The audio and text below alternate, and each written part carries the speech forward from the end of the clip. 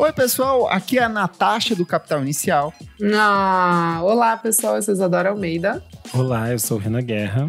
Eu sou o Nick Silva. E no programa de hoje a gente vai voltar 20 anos no tempo, meus amigos, porque nós vamos conversar sobre os melhores discos de 2004. Dá pra acreditar que são 2 décadas atrás?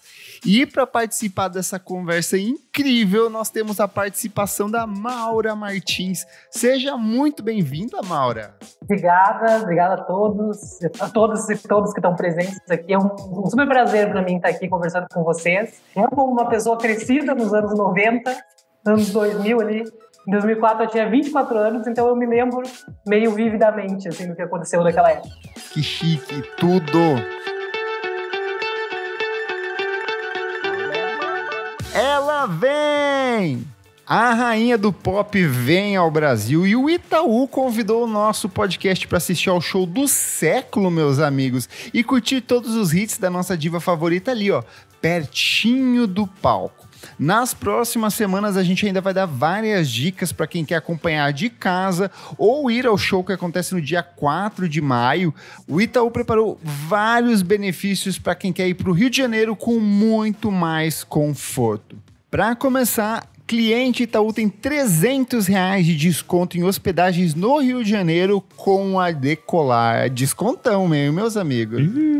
Maravilhoso. Cliente Itaú tem até 30% de desconto em passagens aéreas para o Rio de Janeiro pela Azul. E eu já recomendo a vocês garantir o quanto antes as passagens, porque já tem horários que não tem mais voo rolando, então garante aí, aproveita esse descontaço do Itaú. Cliente Itaú tem 20% de desconto em passagens de ônibus para o Rio de Janeiro com a ClickBus. Você que gosta de pegar aquele ônibus leito no capricho, aí ó, uma vantajaça do Itaú. Tem que ir descansado pra lá, pra chegar e arrasar no show. Aí, São Paulo, Rio de leito é delícia, gente, eu recomendo. Então, bem tranquilo. Cliente Itaú tem até 50% de desconto em hospedagens no Rio de Janeiro com a Let's Atlântica, ou seja, benefício gostoso aí do Itaú para vocês. E olha aqui, ó, mais uma informação importantíssima para você que quer ir com aquele look caprichado pro show da nossa diva favorita. Cliente Itaú tem 25% de desconto em compras, mais 5% de cashback na Shop Together. Consulte as condições e conheça mais detalhes no site itau.com.br/ela vem. E se você ainda não entendeu que a gente tá tão feliz aqui, é porque ela vem! Uhul! Mas antes o que, meu amigo Renan Guerra? Antes, você deve seguir a gente nas redes sociais, @podcastvfsm, no Instagram e no Twitter. Você também pode apoiar a gente no apoia.se/podcastvfsm. A partir de R$5 você já pode ter acesso a vários conteúdos com bastante antecedência. A gente tem trabalhado um montão esse ano. Essa semana a gente despejou coisas pros Tá madrinhos. cheio de links lá para vocês ouvirem. Os nossos madrinhos, nossos apoiadores participam do grupo fechado para apoiadores no Telegram. Então eles ficam lá também fofocando, eles fazem amizade, tem flerte, tem confusão, Tem fofoca, intriga. Tem de tudo nesse grupinho. E vocês também podem assistir as gravações ao vivo e ouvir as nossas outras fofocas à parte. Hoje a sala tá cheia, né, Kleber? Tá cheia. Olha aqui, ó, quem apoia a gente tá junto com a gente o tempo todo, como Fabrício Neri, Gabriel Benevides, Bob Bach, Jefferson Kozenieski, Luiz Ricardo Melo, Maria Lua, Miriam Marinho, Regis Valença, Rafael Monteiro, Beatruzes, André Matos, Pedro Benevides, Thiago Rocha. É isso, muito obrigado por apoiar o nosso podcast. Vamos falar sobre música, meus amigos? Bora. Maura, a gente sempre que faz esses programas de retrospecto, a gente lança a primeira pergunta, que é: onde você estava e o que você estava fazendo no fatídico ano de 2004? Então, em 2004, como eu já entreguei, né, eu tinha 24 anos e eu estava nesse ano morando em Porto Alegre, que eu era mais ou menos recém-formada, porque eu me formei em 2002, e aí eu estava morando em Porto Alegre, fazendo mestrado lá, que eu estudava lá. E pensando assim em termos de música, eu fiquei pensando o que me aconteceu em 2004. Aí me lembrei que me aconteceu uma coisa muito importante. E em 2004 foi quando teve aquele show do Pixies. Não sei se vocês lembram, em Curitiba. Sim, foi o Pixies e o Weezer, não foi? Alguma coisa assim? Não, eu acho que era Teenage Fan Club que tava Isso, Teenage Fan Club. O Weezer foi em outro momento, verdade. E aí eu me lembro que foi uma sensação, assim, né? Que o Pixies veio pro Brasil. Não me lembro se já tinha vindo ou era a primeira vez que vinha. Eu acho que era a primeira vez, porque era a primeira vez que eles tinham acabado de voltar. Eles tinham desfeito e voltaram nessa época, né? E aí eu fui pra Curitiba pra ver esse show. Foi a primeira vez que eu fui pra Curitiba. Era algum festival, não lembro que festival que era. Não era Futin Festival, não lembro qual que era. Mas foi incrível. Era um festival foi... X genérico, não existe mais. Eu acho que foi a Paola que fez, a Paola que fazia o Pop Load. Eu acho que foi ela que fez. Nossa, mas foi um evento assim, tipo, sabe assim, uau, Pixies no Brasil. E daí eu fui pra lá e foi incrível, foi um show assim, sensacional. E pra mim, pessoalmente, foi engraçado, né? Porque a primeira vez que eu fui pra Curitiba, nem imaginava que 3 anos depois eu ia morar lá em Curitiba. Né? Ia de Porto Alegre pra Curitiba. Então, pra mim, foi bem marcante. Musicalmente, sem dúvida, o que eu mais me lembro é esse show, assim, que foi, sei lá, vou fazer uma comparação, assim, meio, como é que eu posso dizer? É meio herege, mas é quase uma coisa assim, nossa, David Bowie no Brasil, sabe? Curitiba Pop Festival, né? Isso. Eu acho que o Brasil inteiro, assim, os indies do Brasil inteiro foram para Curitiba. Ainda mais Teenage Fan Club também. Eu não sou muito fã, mas teve muita gente que foi lá só para ver isso. E foi, assim, incrível. Você contou um pouco de onde você estava em 2004, mas já que é a sua primeira vez participando aqui do nosso podcast, fala um pouco sobre você também, de onde você vem, onde você trabalha, o que você faz, da onde você conheceu essa criatura que é o Renan Guerra e por que você é amiga dele. Então, eu sou jornalista, né? A minha carreira, assim, meio que intercala um pouco a vida acadêmica com... Embora eu não veja separado, assim, né? Tipo, a vida acadêmica, a vida profissional, como se fossem duas coisas, né? Divorciadas. E a minha bandeira é que essas coisas estão ligadas, assim. Mas eu segui carreira acadêmica no sentido de ser professora universitária, sempre dei aula. E, paralelamente, a minha atuação sempre foi voltada ao jornalismo cultural. Eu tenho, com outros sócios, um portal, né? Chamado Escotilha, que é daí que eu conheço o Renan, né? Que o Renan era colaborador no portal. É muito legal, assim, acompanhar os textos dele, editar os textos dele. E aí que a gente se conheceu. Embora o Renan seja da mesma cidade da minha família, lá no Rio Grande do Sul. Porque por mais que eu sou nascida em Porto Alegre, e aí criada no interior do estado, que é Santa Maria, só que toda a minha família, meus pais, meus avós, são de Santiago, que é a cidade do Renan. Aí aquela super coincidência, assim, quando o Renan começou a colaborar na Escotilha, descobri que, nossa, de Santiago, daí falei com ele, e descobri que a gente conheceu um monte de gente comum. Sim. E aí nos conhecer pessoalmente, a gente se conheceu lá em Curitiba, né, Renan? Isso. Hoje a gente também descobriu aqui que a Maura deu aula na mesma universidade onde eu me formei em jornalismo 1 ano antes, ela apareceu por lá. E depois você voltou depois para o UEPG ou não? Não. Daí eu fiquei 16 anos em Curitiba, até contando, né, terminando o que eu tô fazendo. Fiquei 16 anos dando aula numa instituição particular lá, e desde o ano passado eu estou aqui em São Paulo, porque eu trabalho na TV Brasil, aqui em São Paulo. Daí tive a oportunidade de trabalhar lá e vim para cá. Então agora eu não estou dando aula, né? Eu estou na Escotilha, que já faz 9 anos que a gente tem um portal, e estou na TV Brasil. Então trabalho também em TV nesse momento. E a Maura está aqui hoje também para anunciar que o podcast VFSM terá sua atração na TV Brasil. Contando em primeira mão aqui. Aí, nosso programa. Mas vamos lá, Isadora Almeida, onde você estava em 2004? Que idade você tinha? 12 aninhos em Sorocaba. Esse foi o grande ano de muitas descobertas do indie, hein? Vamos falar sobre isso. E você, Renan Guerra? Eu tinha 11 anos, eu estava na escola, não tinha nada muito especial, só assistia novela. E você, nosso roqueiríssimo Nick Silva? Tinha 15? Eu tava aqui no primeiro, segundo ano? Debutou, ela fez assim. o debut. Debutante, bailinho. Fez festa de 15 anos. Acho que foi isso, de estar na escola, sei lá. E acho que meio que foi isso, assim. Não aconteceu muita coisa nesse ano, pessoalmente, assim. Tipo, tirando escola. Acho que foi isso. E você, amigo? É uma fase importante, Nick. Ai, eu tava beijando na boca, 14 anos, gente. Era a Nossa. idade dos Ai, que romances. beijoqueira. Beijoqueira, pra lá e pra cá. Tava estudando de manhã, tinha 14 anos, né? Tinha uns amigos bem legais, eu gostava dessa época, foi muito bom. 8ª série, ano seguinte seria o primeiro ano, indo pro ensino médio. É isso, mas olha só o que aconteceu no mundo em 2004. No dia 3 de janeiro, a Britney Spears se casa com o Jason Alexander, que era o amigo dela de infância em Las Vegas. Eles estavam bebíssimos, eles casaram e o casamento foi anulado 55 horas depois. Quem nunca, né? Quem nunca? No dia 9 de janeiro, morre Rogério Sganzerla, Renan Guerra, nosso ator, diretor. Quem é esse cara importantíssimo que eu sei que você gosta também? É um dos mais importantes cineastas do que a gente chama de cinema marginal brasileiro, né? Nos anos 60 e 70. Foi o esposo da Helena Inês. No bar que eu e o Nick visitamos e a gente recomendou aqui, tem um cartaz do Bandido da Luz Vermelha autografado por eles e tal, bem legal. Pra quem for conhecer.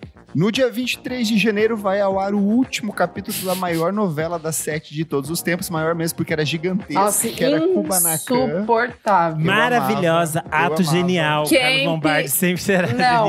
Não, Camp num Nair lado Belo, muito no ruim. ápice da carreira, amava credo. essa novela. Pescador parrudo descamisado. Nossa, Viagens no tempo, loucuras mil. credo. No dia 24 de janeiro é criada a rede social Orkut, meus amigos. Eu lembro Meu que já Deus. nessa época começou a se popularizar por aqui. No dia 26 de janeiro estreia uma das novelas favoritas do Renan Guerra, que é Da Cor do Pecado. Ai, tão criminosa essa novela. Essa novela é criminosa. Mas, posso falar, assim, na época, criança ali, Não, eu Sorocaba, eu amei. adorava. Eu amava. Eu adorava. Sardinha, tudo. Mas Mas, daí as coisas... Mas você E já realmente, sofria violências homofóbicas por causa dessa novela. Horrível. E você pega o texto da Giovanna Antonelli como Bárbara, Nossa, gente, absurdo. Racismo, violência infantil, todos os tipos de tudo. violência. Ela serviu a atuação. Ela é a Serviu. melhor coisa da novela. É mesmo. maravilhosa. No dia 1º de fevereiro acontece um fato marcante aqui, que é Janet Jackson e Justin Timberlake se apresentaram no palco do Super Bowl, e a apresentação termina com o seio direito da Jackson sendo exposto ao público. E aí, a partir daí, o Justin Timberlake tira o dele da reta e a Janet começa a ser massacrada nos Estados Unidos. Ela é banida das principais estações de rádio. E hoje, 20 anos depois, a gente vê que se reverteu, que o Justin Timberlake tá na merda, todo mundo odiando o disco novo dele ali. E ela está de volta no ápice aqui, nossa queridíssima Janet. No dia 4 de fevereiro foi criada a rede social Facebook. Então, Passado duas grandes com redes isso. sociais criadas. Eu achei que era bem mais novo. 2004. No dia 8 de fevereiro, em Los Angeles, ocorre a 46ª edição do Grammy e Speaker Box do Love Below, do Outkast, ganha o prêmio de álbum do ano, e a Beyoncé leva 5 prêmios pelo álbum de estreia dela, o Dangerously in Love, que foi lançado um ano antes.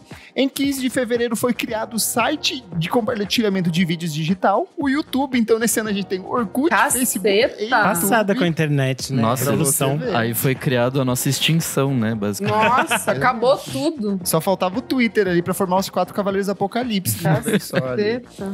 No dia 19 de fevereiro, uma atriz que o Renan adora, Millie Bobby Brown. Ela Por que você nasce colocou a nesse Millie ano. Bobby Brown nessa informação? Que eu achei Ninguém eu senti precisa. falta. É que eu achei. A gente sempre traz pessoas que nasceram. Eu senti falta de ter alguém que nasceu. A gente sempre só traz os mortos. Eu achei que faltou alguém.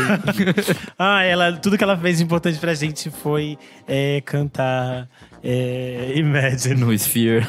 No dia 23 de março, o Usher lança o álbum Confessions, vendendo 1,1 milhão de cópias na primeira semana, tornando-se o primeiro artista de R&B a conseguir esse feito.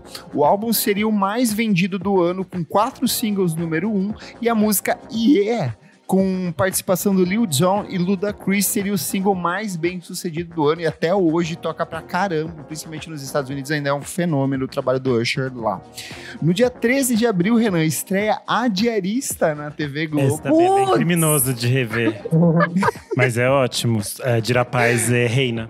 Putz. No dia 6 de maio vai ao ar nos Estados Unidos o último episódio de Friends. Gente, é um ano de muitas coisas acontecendo, né? Passado. Em 7 de maio vai ao fim uma das minhas novelas favoritas, que é Chocolate com Pimenta. Amaral. Foi quando foi o último episódio ao ar. No dia 28 de maio acontece a primeira edição do Rock in Rio Lisboa, então a primeira edição internacional do nosso festival brasileiro aqui. No dia 31 de maio é o lançamento do desenho britânico Peppa Pig. Olha aí, mais um. Sabe que também é antigo. Eu achava que era mais nova. Eu também. A Peps. A Peps. No dia 10 de junho, o Ray Charles morre aos 73 anos de uma doença hepática aguda. Então, aí ó, a gente tem a Billy Bob nascendo e o Ray Charles falecendo. Ficou paradinho. Paralelos. No dia 25 de junho, no palco da sua turnê Reality Tour em Schissel, na Alemanha, o David Bowie sofre um ataque cardíaco e é levado às pressas para uma angioplastia. O incidente pôs fim à turnê e fez com que o Bowie praticamente desaparecesse durante anos, sendo que o próximo álbum lançado pelo músico seria quase 9 anos depois. Em 26 de junho, o Brasil para saber quem matou Linneu no último capítulo da novela Celebridade, exibida pela Rede Globo. Que nesse dia, meus amigos, registrou uma das maiores audiências da televisão brasileira, sendo comparada até final de Copa do Mundo. Eu já contei aqui, tá? Eu tava numa festa junina lá em Sorocaba e tinha telão pra todo mundo assistir. Os bares todos, Gente, meus pais tinham O restaurante impacto nessa de época. Gilberto Braga. Não, na moral. gigantesco. Maria Clara Diniz, que saudade. Tudo. Laura Prudente da Costa e Maria Clara Diniz. Amo. Amo. No dia 27, é uma das minhas novelas favoritas de todos os tempos. Eu amo. Eu amo também. Eu também amo, é perfeito. No dia 27 de junho vai ao ar o filme Shrek 2, que é o melhor Shrek, ali outro fato marcante. No dia 1º de julho morre o Marlon Brando, ator que havia nascido em 1924. No dia 22 de setembro estreia o piloto da série Lost na ABC, que se transformaria em um dos grandes fenômenos culturais aí dos anos 2000. Eu fui viciar a partir da segunda temporada, mas amo de coração até hoje. No dia 5 de outubro é lançado o anime Bleach, meu amigo Nick Silva, você que é Gosto nosso demais. fã aí. No dia 10 de outubro, outra morte marcante, porque o Christopher Reeve, o eterno ator que interpretou a primeira edição do Super-Homem nos cinemas, ele veio a falecer. Lembrando que há tempos ele estava tetraplégico por conta de um acidente, ele caiu de um cavalo, se eu não me engano. Foi isso, não foi? Foi. Uhum. Exato. E aí veio a falecer em 2004. No dia 29 de outubro é lançado Jogos Mortais, o primeiro filme da franquia sanguinolenta aí de terror. Adorava! aí. Maravilhoso. No dia 2 de novembro, o George W. Bush é reeleito nos Estados Unidos, sendo que meses antes ele meio veio a público confessar que o negócio do Saddam Hussein ter armas químicas era uma mentira e eles foram lá invadir a torto e direito e ele acabou se reelegendo por conta disso. No dia 9 de novembro é lançado o Mozilla Firefox, a primeira versão dele aí, quem já usou. E por último, um fato bem marcante desse ano que reverbera até hoje, o TikTok toda semana republica vídeos disso, que é o tsunami de 2004, a tragédia que deixou 227 mil mortos na Ásia. Eu lembro que a gente tava no final de ano na casa da minha avó, no pós-natal, ali tava um calor da porra, e eu lembro que, tipo, parou a televisão do mundo inteiro só pra cobrir isso, assim, então, um fato bem marcante. Mas vamos aqui pros discos, e Maura, vamos começar pelos discos brasileiros. Dessa listinha aqui que a gente separou, ou se você trouxe outros, qual é o seu favorito do ano de 2004? Olha, eu acho que olhando a lista lá e lembrando quais que são do coração, né? Meu coração acabou pendendo mais para os gaúchos ali. Fiquei pensando no Vitor Ramil, principalmente no Vanderbilt, né? Ai, Que é um clássico de Porto Alegre, né? Sim, eu amo esse disco. Tem até um ditadozinho assim, né? Que se tu for pra Porto Alegre e andou por Porto Alegre e não passou pelo Vanderbilt, né? Nem que ele mora hoje lá, né? Mas comigo já aconteceu várias vezes. Paraquedas de Coração, pra quem ainda não ouviu, e o do Vitor Ramil é o Longes. 2 ótimos discos. Eu acho que eu escolheria esse. Assim. No Vanderbilt, né, que tem o Eu Não Consigo Ser Alegre o Tempo Inteiro, né? Sim, o Hip muito Punk legal. Rajnish também é desse disco. Eu lembro que eu vi uma turnê dele desse disco, assim, e foi um puta showzão, assim, brega punk perfeito. Eu preciso, já que a Maura puxou, eu vou seguir dizendo que eu embarquei demais no acústico MTV do Engenheiros do Havaí. Eu também. Sou sempre- Eu também. Não ironicamente, eu ouvi horrores esse disco. Eu ouvi amo esse demais, disco. eu vou fazer o quê? A verdade, E eu só sou uma sincero. correção, amigo, Engenheiros do Hawaii, tá? Como você é? Esses dias eu tava lembrando da participação da filha dele, do Humberto Gessinger, que ele enfia lá e ela não canta nada. Ela canta horrível. É, Nepo Baby que deu errado. Ela canta pose com ele, né? E o pior é que tem várias Nepo Babies que são grandes cantoras, não é o caso dela.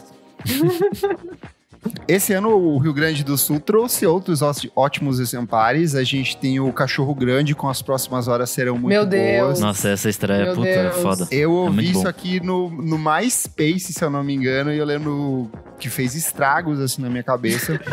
E eu lembro que na época já passava bastante na MTV também, assim. Passava. Sim, tanto que no passava, ano uma banda seguinte queridinha. eles vão fazer aquele acústico MTV Bandas MTV Bandas Gaúchas. Gaúchas. Ah, é verdade. É um bafo, eu amo. Eu amo. E tem o Pata de Elefante, que era um trio de rock instrumental também, que era muito bom. Esse eu conheci pelo Trama Virtual mesmo, e era um baita disco, assim. Eles passavam uma época também na MTV, eles metiam Passavam. às vezes uns negócios meio estranhos. Mas eu acho que de todos aqui, eu acho que o disco que mais mexeu comigo em 2004 foi com certeza Marcelo D2 Acústico MTV. Nossa, sim. Eu sabia cantar isso de Sim. cor, assim, do começo ao fim. As falas que tinham nos intervalos. É o Will.i.am que participa de uma das músicas, não é?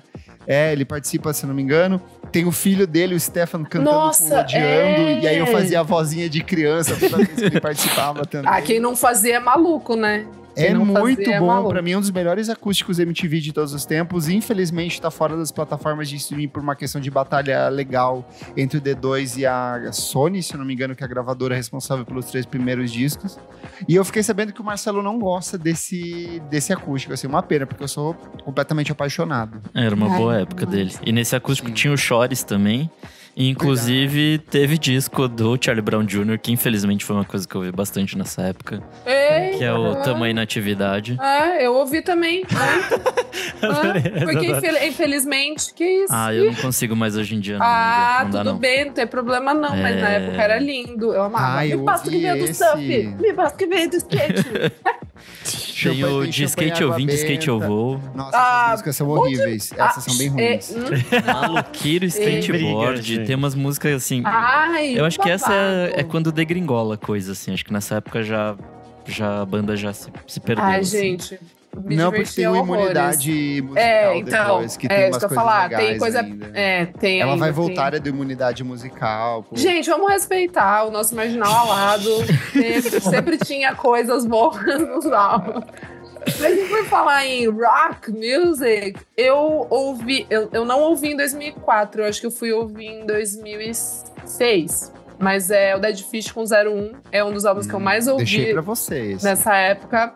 Hardcore, tipo assim, foi quando eu fui realmente introduzida neste mundinho. E, gente, até hoje, muito bom, de verdade. Assim, envelheceu muito bem.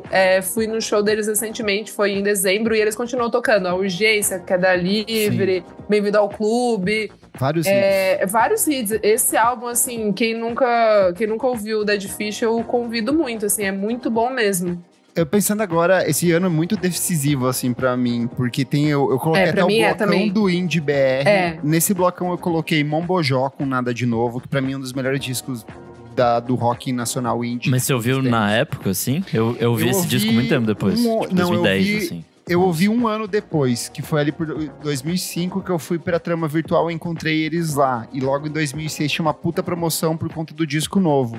Mas assim, Mombojó com Nada de Novo, One Vision com o álbum homônimo, que é fantástico. Um que eu ouvi muito na época, porque o clipe passava na MTV, era o Gran, com o clipe do Gatinho. Na Nossa, Janela, que é o clipe do Gatinho. Tristeza. Amo esse disco até hoje. Posteriormente, eu vinha conhecer o Hurt Mode com o Mestre, que pra mim é um dos melhores discos de post-rock, jazz nacionais, assim, eu acho que de um acabamento incrível. Ludovic, que é o primeiro disco da banda do Jair Naves, que é a coisa mais triste do mundo. Bonito. Se você não tem depressão, você pega a depressão ouvindo esse disco, porque assim funciona. E outro disco de uma banda pernambucana que eu gosto muito, que é o Parafusa. É o disco que se chama Meio-Dia na Rua da Harmonia. Eu acho que é um rolê meio pós-Los Hermanos, assim, tem muito dessa herança do Los Hermanos em vários desses discos na época, assim, mas incríveis. Então, eu tô pulsando na lista aqui e eu queria destacar que é o último que aparece lá nos brasileiros, que pra mim eu sou muito interessado também em música infantil. Eu adoro música infantil, ainda mais porque eu tenho um filho pequeno. E esse disco, pra mim, é genial, os discos da Adriana Calcanhoto com a Adriana Patimpim. Eu amo aqueles dois discos.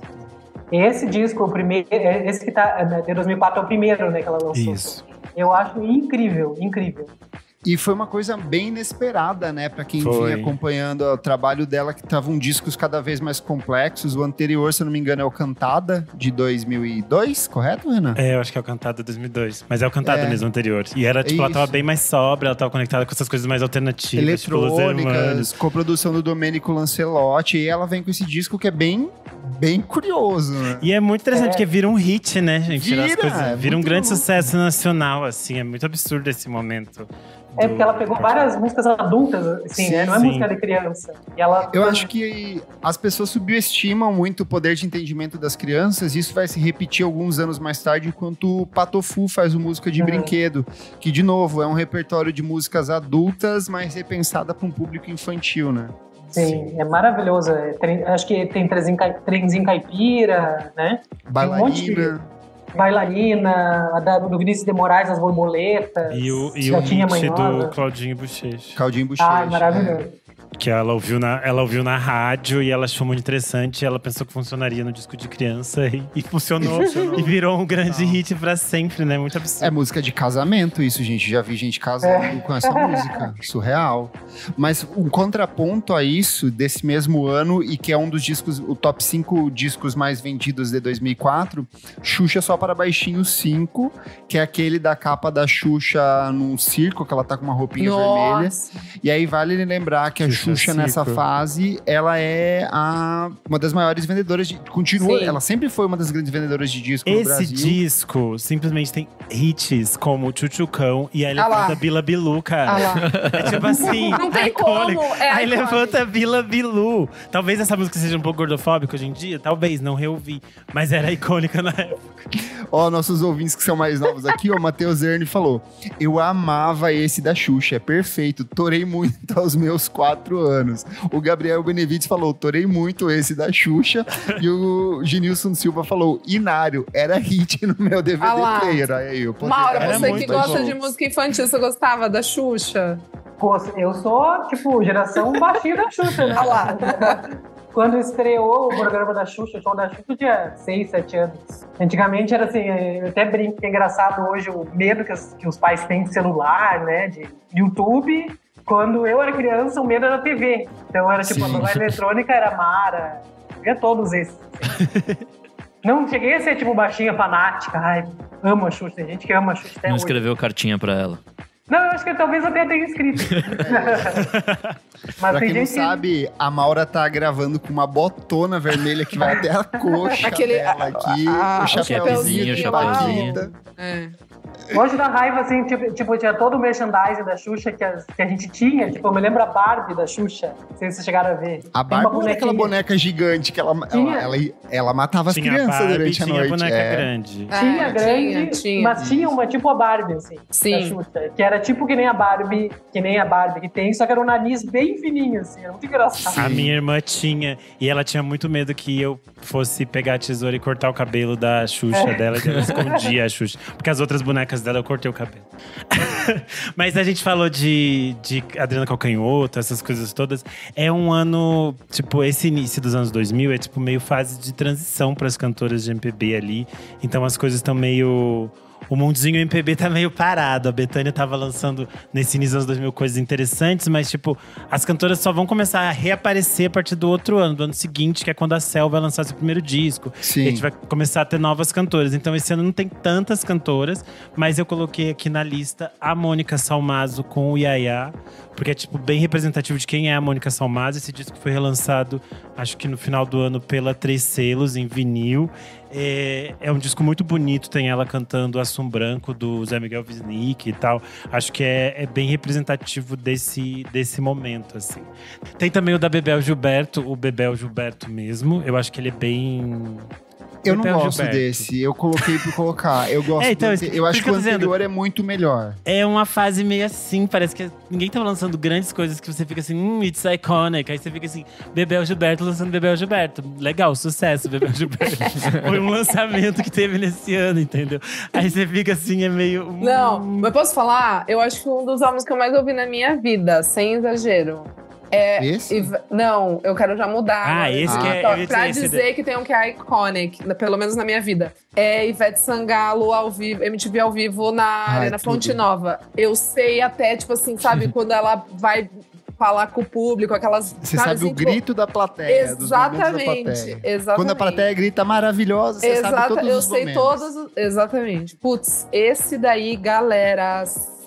Não Esse tem é, tipo, como. muito absurdo. É muito absurdo, ela tá maravilhosa. Tipo, é tudo. É o ápice pós… Pós-Eva, anterior porque são foi, 10 anos de É o Ivete. ápice pós-festa, porque lembra que foi a música da Copa. Não, e então, aí é a primeira fase de consagração Isso. dela como uma grande cantora solo. São 10 anos. Dali pro Maracanã. Aí é Maracanã, exatamente. Daí Multishow, não é mais MTV, enfim. Nick Silva, o que você traz desse ano maravilhoso aí? Tem o Black Alien com Babylon by Guns, volume 1. Puta, esse eu demorei pra descobrir, na verdade. Eu fui ouvir, tipo, bem depois, assim.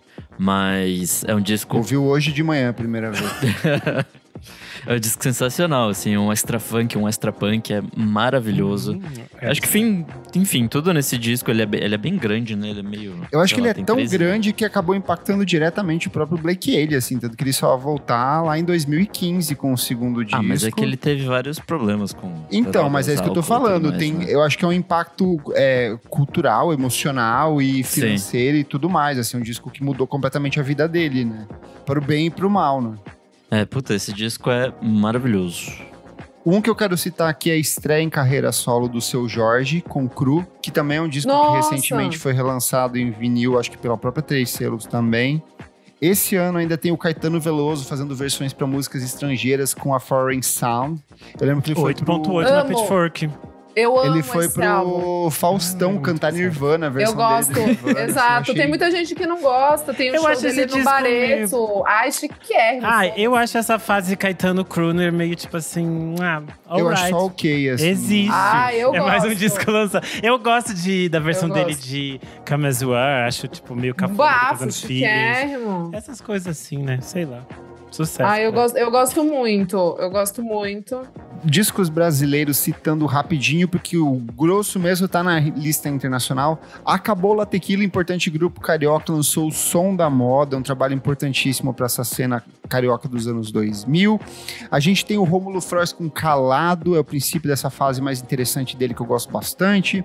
Ney Matogrosso e Pedro Luiz Aparede com Vagabundo, que passava no comercial da Globo 24 horas por dia, o anúncio desse CD. Gilberto Gil com Discão, que é o eletroacústico, que é um ótimo trabalho dele também. Wilson das Neves com Brasão de Orfeu. Valve, que é uma banda indie fantástica com The Sense of Movement. Vado, com um disco essencial pro indie dos anos 2000, que é A Farsa do Samba Nublado. Nosso querido amigo China, com Um Só, que eu acho que é uma das primeiras empreitadas dele em carreira solo.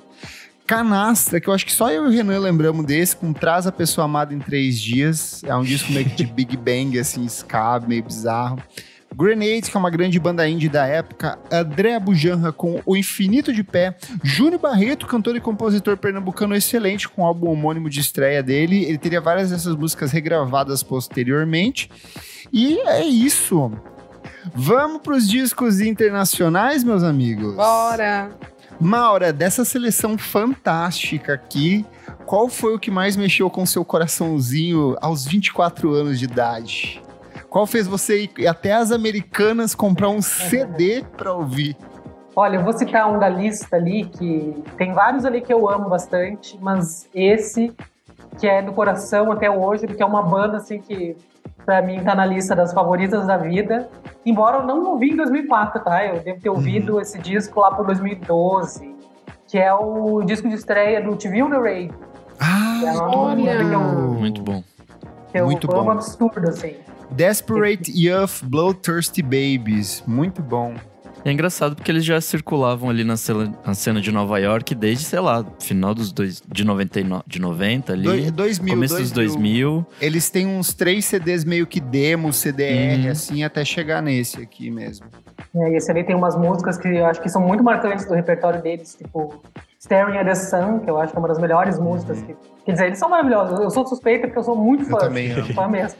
Mas Staring at the Sun, aquela Dreams também, se eu não me...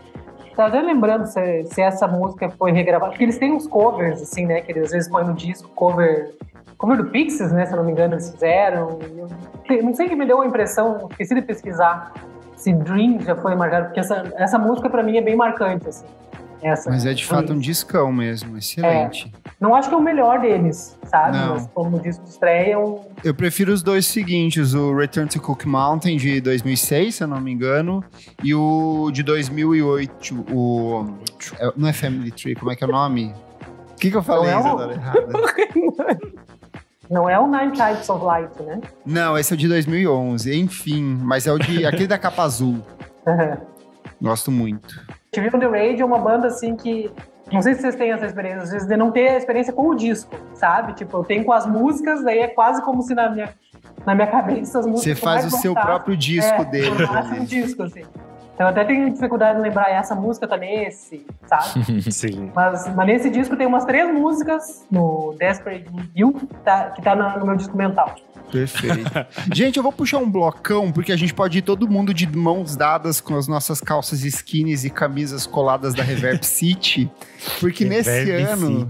Lembra da Reverb City? Nossa! Eu tinha várias camisetas. Eu tinha do Franz Ferdinand, do Arctic Monkeys, do The Killers. Eu tinha uma da PJ Harvey, que eu não sei onde foi parar, eu perdi, eu fico muito Tinha triste. várias também. Que é lá do Paraná, né? É do Paraná, de Londrina. Tinha do Radiohead, meu Deus do céu. Por que a gente tá falando isso? Porque esse ano, assim, tem um pacotaço de coisas indie fantásticas. Eu vou citar todos aqui, aí eu acho que cada um pode falar do seu favorito aqui, porque é muita coisa mesmo. The Killers com Hot Fuzz, Franz Ferdinand com Franz Ferdinand, Interpol com Antics, Kinney com Hopes and Fears, Libertines com Libertines, Kings of Leon com Aha Shake Heartbreaker, Kasabian com Homônimo, The Walkman com Borrow Plus Arrows, The Hives com Tyrannosaurus Hives, The Featureheads, Razorlight com Up All Night. Nossa, esse ninguém ouviu, né? Eu Killer The Zutons. A Isa ouviu, com certeza. Não, mas o Razorlights eu não gostava muito. Eu não gostava muito de Razorlight. Eu gostava. Eu achava Esse do Zutons, se eu não me engano, é o que tem Valerie. Sim. Que a único, Amy né? Winehouse vai... Eles têm mais um disco ainda. Bem podre. Nossa, mas eu acho que o que eu mais ouvi nessa época foram 2. The Killers com Hot Fuzz, que é um disco absurdo. Absurdo. E o Franz Ferdinand, que meio que mudou tudo, assim, do indie dali pra frente, assim. Eu acho que foi um disco muito importante. Assim. Eu tava que nem o Clever, assim. Não, foi o que transformou o indie muito pop, assim, tipo, de sonoridade mesmo, assim, de trazer uma coisa bem mais dançante. E pro final da década vai ter muito desses indie bem mais pop, bem mais dançante, assim. Então, acho que esse disco, ele mudou um pouco o rolê. Você foi em algum desses, Maura? Sabe que eu me lembro, eu me lembro, até fui pesquisar, assim, pra mim 2004 é um ano que lembra muito White Stripes. Mas eles não têm disco em 2000. Eles lançam em 2003, o Elephant né? o ano antes, Isso, mas eu acho que eu tava ouvindo bastante White Stripes nesse ano. Só que eu tava ouvindo de 2003. Sim. E você, Isadora Almeida, o que você foi aqui nesses da lista? Não, pelo amor de Deus, gente. Eu lembro eu indo comprar esses CDs. Simplesmente, tipo assim... The Killers, muito, muito absurdo. E Franz Ferdinand também. Nesse ano, entendeu? Tipo, em 2004 mesmo. Aí depois, em 2005, eu comprei o Interpol, daí Libertines, daí eu baixava e ouvia todas essas coisas aí. Mas, especialmente, assim, é muito o The Killers, que tem até um episódio do Clássicos que eu fiz com o meu irmão, Zé Almeida. E a gente, tipo assim, torava todo dia esse álbum. E continua muito bom, na minha opinião. E eu destaco também o The Walkman, com Balls and Arrows, que tudo. É, tipo, maravilhoso esse álbum. É o que tem The Rat, né? Tem The Rat, tem outras músicas música. Bem especiais também. Tem produção do Dave Sardi, que é um cara bem bom, assim, tipo, fez umas paradas com Oasis também, pra quem é do rock. Ele tem umas coisas bem legais. E assim, 2004 é bem definitivo pra mim, cara. É um ano que virou a chavinha aí pra eu gostar de música e gostar de mais coisas além de Strokes. Esse que é o ponto. Porque antes eu era tipo assim, só vou ouvir Strokes. Minha banda favorita. Eu falei, tem coisas mais legais pra ouvir aqui, jovenzinha. Tem um que eu não citei ainda, que é o Modest Mouse, com Good News for People Who Love Bad News, que completou recentemente 20 anos também, que é um baita discão da mesma época. Boa. Cara, eu vou ser muito honesto, um que eu ouvia bastante nessa época, 2 aqui. Um é o U2, com How to Dismantle an Atomic Bomb. Tocava pra caramba tocava em muito, todas eu as gostava rádios. também. 1, 2, 3, 14. A gente aprendeu que o Bono tem dislexia, né? Sim, que ele não sabe contar até 4. Ai, gente, eu amo esse também. E o próprio Confessions do Usher era uma coisa que tocava muito nas rádios comerciais aqui. E era uma coisa que passava muito no Multishow. Tava ali sempre no top 20 do Multishow lá. Nossa, ouvi demais. E outra coisa também muito característica dessa época é o Green Day com American Idiot. Nossa, esse eu adorei. Esse disco cheira MTV, cheira rádio, tocava muito, muito, muito. E eu acho que ele é meio que... A gente já falou sobre isso, ele é meio que definidor da estética emo aqui no Brasil. Muito mais do que outras coisas que saíram nessa época, tipo My Chemical Romance com 3 Cheers for Sweet Revenge. Que é um descasso também. O Sum 41, Good Charlotte, o Simple Plan. Mas em termos de estética, é o American Idiot, com a calça vermelha, o lápis de olho, assim, a calça skinny. Gravata vermelha. A gravata vermelha, a calça skinny preta, a camisa meio que xadrez. Deus. O cabelinho meio espetado, tipo Billy Joel, então era bem nessa pegada aí. E é engraçado que esse disco eles meio que se reinventaram, né? Porque eles estavam numa baixa fodida, assim. Sei lá, tipo, depois do Nimrod, do Warning, eles já estavam, tipo, bem esquecidos, assim, no rolê. Aí com esse disco eles meio que se reinventaram e reinventaram... Tipo, não reinventaram emo, né? Mas, enfim, eles partiram para um outro lado, assim. E aí essas coisas de emo que tem nessa época são bem legais. Acho que o My Chemical Romance eu ouvi bastante. O 3 Cheers for Sweet Revenge, acho que é um puta disco. Até hoje eu gosto bastante. Esses dias eu vi um TikTok que era muito importante, que falava assim, que hoje em dia as pessoas fazem apropriação cultural, mas elas não têm conhecimento para aquilo, elas não respeitam o que é roubar uma cultura alheia. E elas precisam aprender com os nossos ancestrais. Porque Gwen Stefani estava lá desde sempre, roubando todas as culturas. E cada momento que ela roubou uma cultura, tinha um aprendizado, entendeu? Tinha algo novo. Ela trazia coisas novas. E neste ano de 2004, ela lança Love Angel Music Baby.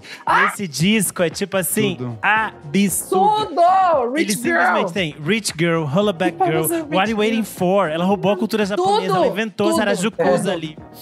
Não tem Como era o nome das meninas? As Harajuku. Harajuku Girls. Gente, eu vou contar pra vocês. Teve aniversário da minha amiga Jéssica Funaro e era fantasia. Aí a minha inspo era... Beijo pra Jéssica que ouve aqui toda Beijo semana. pra Jé, mãe de dois já. Gente... E aí, simplesmente, eu fiz o quê? O meu look era inspirado na Gwen Stefani e Rich Girl, o look pirata, sabe? Com bafo. Eu fui com a minha mãe na costureira fazer, ficou tudo, gente. Depois eu vou achar fotos. Fazer só uma intervenção aqui, mais direcionada pro Clever. Que esse disco, eu amo esse disco. É um disco que me lembra muito Ponta Grossa. E quando eu morava lá em Ponta Grossa, eu me lembro que é esse que... Eu tinha aqueles...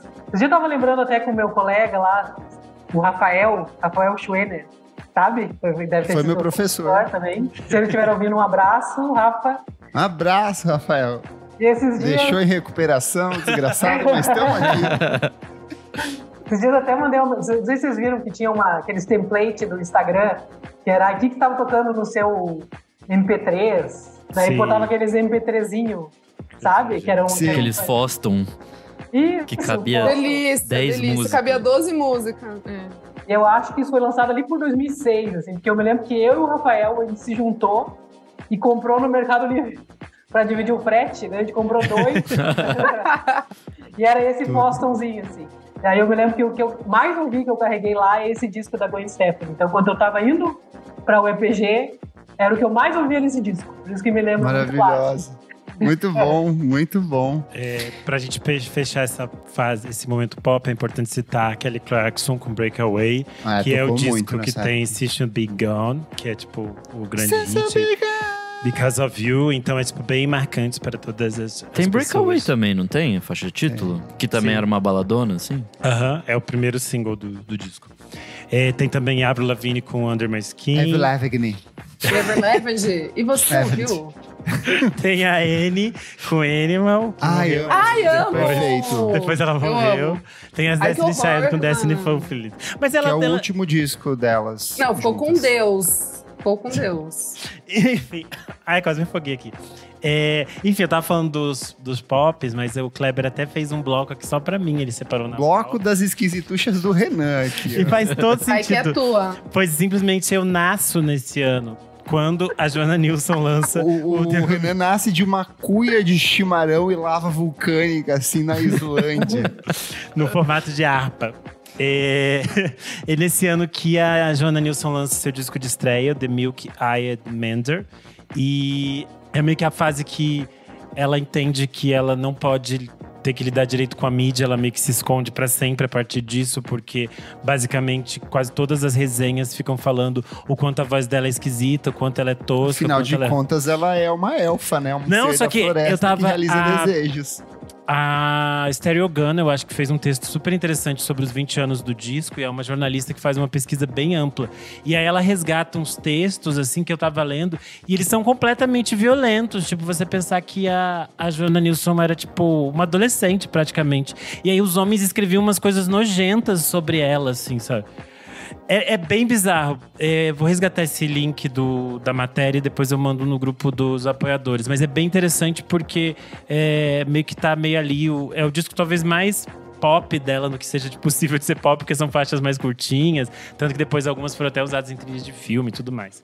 Falando em pop, tem o disco que é mais estranho, talvez, da Bjork, que é o Medula, que é bem esquisito, que é o todo Você com sabia as que tem vozes. uma geração nova que odeia esse disco? Eu nunca embarquei tanto nesse disco, amigo. Eu acho ele bem esquisito.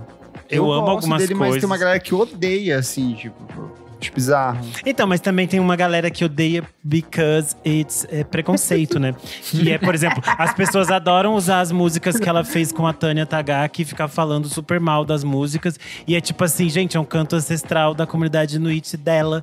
E a Bjork super respeita isso e por isso que chamou ela. E as pessoas ficam falando mal. Sempre acontece isso. Mas enfim, é um disco bem difícil. Se você não conhece a Bjork, não comece pelo Medula. Ele é bem difícil. Tem o Who Her, da PJ Harvey. Que eu acho só um disco, pra mim, é um disco de eu acho bem transição. fraco. Nem a PJ Harvey gosta muito, porque ela fala que é tipo um disco que ela tá se repetindo, assim, porque ele vem depois do Story Ela from the mesma Sea. fala, O pior é que isso teve impacto. Tem uma banda, né, que se chamava o Tem. Horror, que existia umas nessa época. meninas. Tem o disco a mixtape da MIA, Piracy Funds Terrorism Volume 1, Volume 1. que é tipo absurda. Amo Vem que aí amo. o sample de injeção já nessa época. Sim, né? é onde ela lança Galang e tem várias coisas, Sim. tipo. Sim. É como onde que o Diplo começa a roubar as coisas Eles brasileiras já e exportá-la pra começam fora. a colocar. Anitta nem nascida era, né? Isso. Sim. Tem a Juana Molina com Três Coças. Juana Molina é uma cantora super interessante também. E tem as minhas mães também, Ai, do amo. Coco Rose com La Maison de Mon Rêve, que eu tava reouvindo esse final de semana por causa da pauta. E é Lindo. tipo assim, Lindo, absurdo. lindo, lindo. Como Absurdo. pode as duas terem sido criadas completamente distantes e de mundos malucos, e delas se unem e fazem essa obra que é É fantástica. tipo a Lindsay Lohan no Operação Cupido. Só que a versão indie freak É folk. tipo as gêmeas Olsen em As Namoradinhas do Papai. Um dos filmes preferidos do Rodrigo Apresentador. Posso puxar uns aqui que eu gosto bastante? Brian Wilson com Brian Wilson Presents Smile. Desde Isso a que época demorou do... 70 anos pra sair. Exato, desde a época do Pet Sounds, ele queria muito lançar esse disco conceitual, com harmonias de vozes, experimentações mil. Ele nunca conseguiu. O Pet Sounds foi meio que ultra rejeitado na época, tanto que no disco seguinte eles tiveram que voltar para uma coisa mais comercial.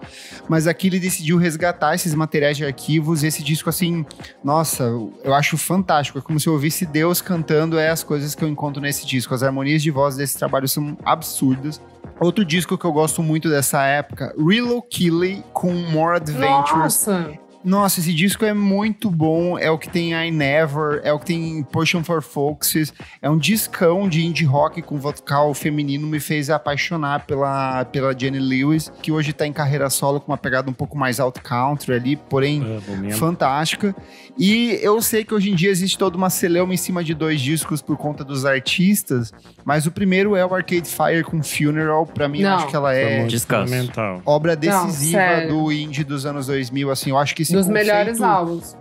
Esse conceito de edificação e valorização do indie que a gente vai ter ali no final dos anos 2000, com Grizzly Bear e outras bandas mais cult, tudo vem daqui, pavimenta aqui, tanto que ele foi um fenômeno de vendas, o selo teve que repensar, eles tiveram que parar toda a produção dele só pra fazer a prensagem desse disco, porque ele teve uma nota altíssima na Pitchfork, a Pitchfork ganhou também um outro status a partir disso. Esse conceito de indie tem um novo significado dentro da cena estadunidense, os festivais como Coachella e Lollapalooza começam a olhar para esses artistas indies a partir disso, então tem toda uma ressignificação, e o Kanye West com The College Dropout, que é uma das coisas mais fantásticas do hip hop, é meio que o disco que apresenta ele ali e fala, eu não sou apenas um produtor do Jay-Z, eu sou um cara muito foda em produção, em construção de rima, em definição estética, eu vou mesclar elementos de música gospel com rap, e vou trazer uns brancos pra fazer umas bases pra mim aqui, e ele brinca com o rap de um jeito muito fantástico, é o primeiro de uma sequência de discos ali, que a gente acompanhou o ursinho fugindo da escola e se formando no final lá no Graduation. É meio que o processo de amadurecimento artístico do próprio Kanye West, assim. Então eu sei que são 2 obras que hoje em dia a gente fica meio assim por conta dos personagens envolvidos, mas que sim, são discos essenciais e que a gente não pode passar por 2004 sem falar delas. Crimes foram cometidos pelo Kanye já nessa época? Já, mas a gente releva, né? Gente, eu preciso falar de 2 aqui que estão até no mesmo bloquinho, que são bem importantes pra mim. Primeiro é Feist com o Let It Die, que eu acho maravilhoso. Maravilhoso. Tipo assim, a Feist é uma também que, sei lá, eu acho que essas meninas, tipo Laura Marling, todas as que vieram depois, até a Cher Van Etten, um monte de gente. Tipo, um monte de girls. Mas ela vem antes, ela é de 99, ela já tem coisa lançada. Ela é muito foda. Não, então, não, eu tô dizendo... tô falando das pessoas que vieram depois. Todas as meninas que vieram depois. Eu estou complementando você. Exato. Tipo, a Feist, ela já... Cara... E ali na dela, sempre numa elegância... Canadense, tipo, né? Canadense, dando consentinho. Canadesa. Dando consentinhos. Enfim, esse álbum eu acho bem maravilhoso. E outro que eu acho muito especial e que ela faz parte também. E esse é um álbum que, assim... Penso no meu pai e no meu irmão. É tipo assim, a gente ouvia o dia inteiro no carro, que é Kings of Convenience com Riot on an Empty Street. Ai, perfeito. Tipo assim, a gente cantarolando tudo. Eu lembro o dia do meu irmão indo comprar na Banana Music Store, aqui em São Paulo, o CD. E aí, tipo assim, grudou no carro. Daí a gente ficava ouvindo. Meu pai amava. Memórias, assim... maravilhosas. Esse álbum é perfeito, de verdade. Assim. Esse álbum é absurdo. Absurdo.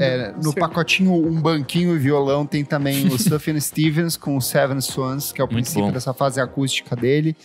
Iron and Wine com Our Endless Number of Days. Eliaf Smith com o álbum póstumo, que é o From a Basement on the Hill. Ah, é verdade. Muito bom. E eu quero puxar aqui um outro blocão mais... Só pra fazer curiosidades aleatórias dessa fase, já que a gente falou da Feist e da MIA, as duas trabalhavam junto com a Peaches e elas fizeram turnê junto com a Peaches na virada do século. Nossa, tem isso. Tanto que a Feist fazia, tipo, ela ficava segurando uma meia, fazendo puppets atrás da Peaches. E elas fizeram turnê pela Europa juntas. E, inclusive, elas moraram juntas, a Feist e a… Olha isso, Worlds Collide num nível… Maura, você quer puxar mais algum aí dessa lista que você gosta bastante?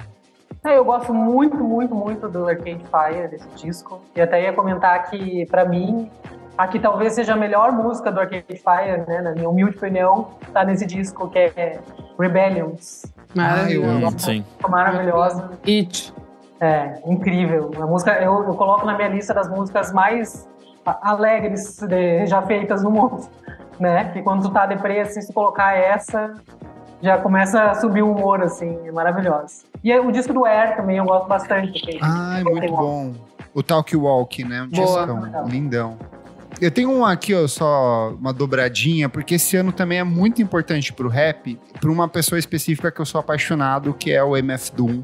Pra mim, ele é uma das figuras mais icônicas do rap de todos os tempos, um dos meus raps favoritos de todos os tempos. E nesse ano ele tá envolvido em 2 obras que são essenciais.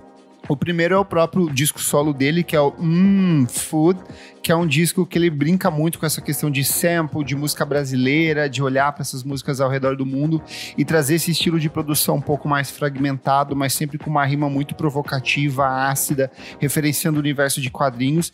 E o que talvez seja um dos top 5, top 3 melhores discos de rap de todos os tempos. É absurdo esse disco. Que é o Mad Villain com Mad Villainy, que é a parceria dele com Madlib. Lembrando que o Madlib veio para São Paulo, ficou um tempo vasculhando arquivos e acervos de disco de vinil nessa época, que você comprava disco de vinil a, sei lá, 25 centavos, 50 centavos, porque era, tipo, muito, muito barato. Fez a festa no Sebos, ainda mais com dólar, né? Tipo... Ele tem coisa até hoje, assim, que ele reutiliza dessa época picotada.